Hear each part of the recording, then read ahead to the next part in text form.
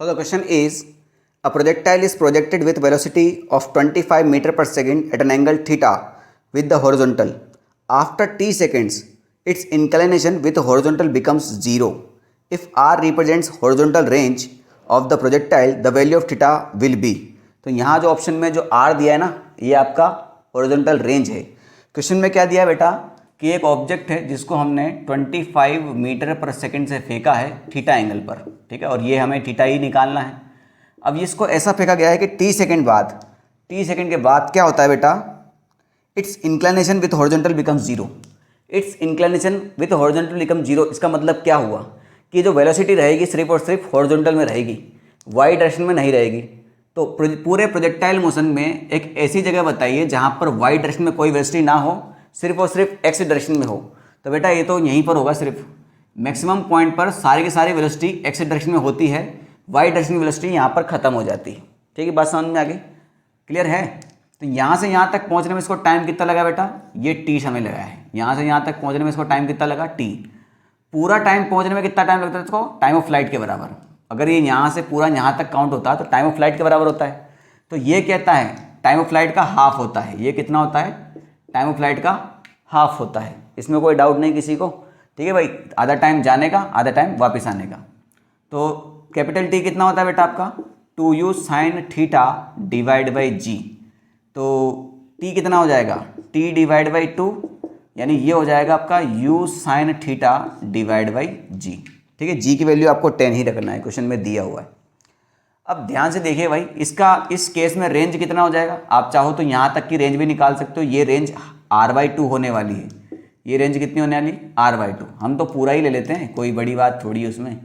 तो रेंज कितना हो जाएगा बेटा आपका, ये हो जाएगा 2u square sine theta cos theta divide by g. ठीक है, u square sine 2 theta divide by g वाला तब यूज़ करते हैं जब थीटा की वैल्यू 15 है ना, 15, 60, 75, 37 इस तरह से दी हुई। हमें यहाँ पर रिलेशन निकालना है, तो ये वाला सही है।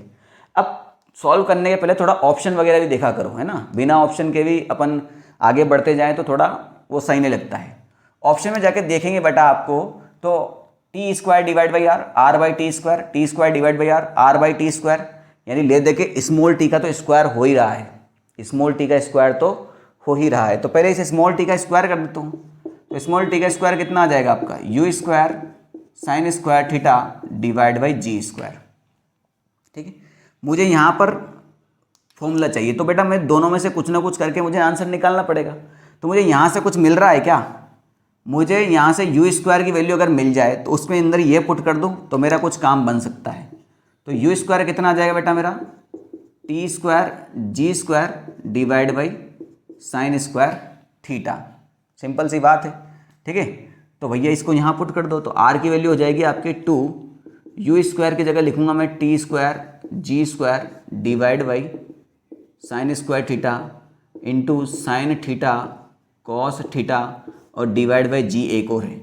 एक साइन थीटा से एक साइन थीटा खत्म हो गया, एक जी से एक जी खत्म हो गया, है ना। तो इधर क्या बचा, sine theta divide by cos theta, सिर्फ sorry cos theta divide by sine theta. तो बाकी जो टर्म है इसको इधर लेके आ जाओ, तो are divide by 2gt square ये इधर बचा है ना, जी एक और बचा है बेटा, इसका ध्यान रखें। कोस theta divide by sine theta होता है बेटा आपका कोट थीटा। तो मुझे चाहिए, मुझे तो देखो साइन इनवर्स में तो नहीं आएगा क्योंकि आना ही नहीं था, पॉसिबल नहीं थे, या तो टेन इनवर्स में आएगा, कोट इनवर्स में आएगा।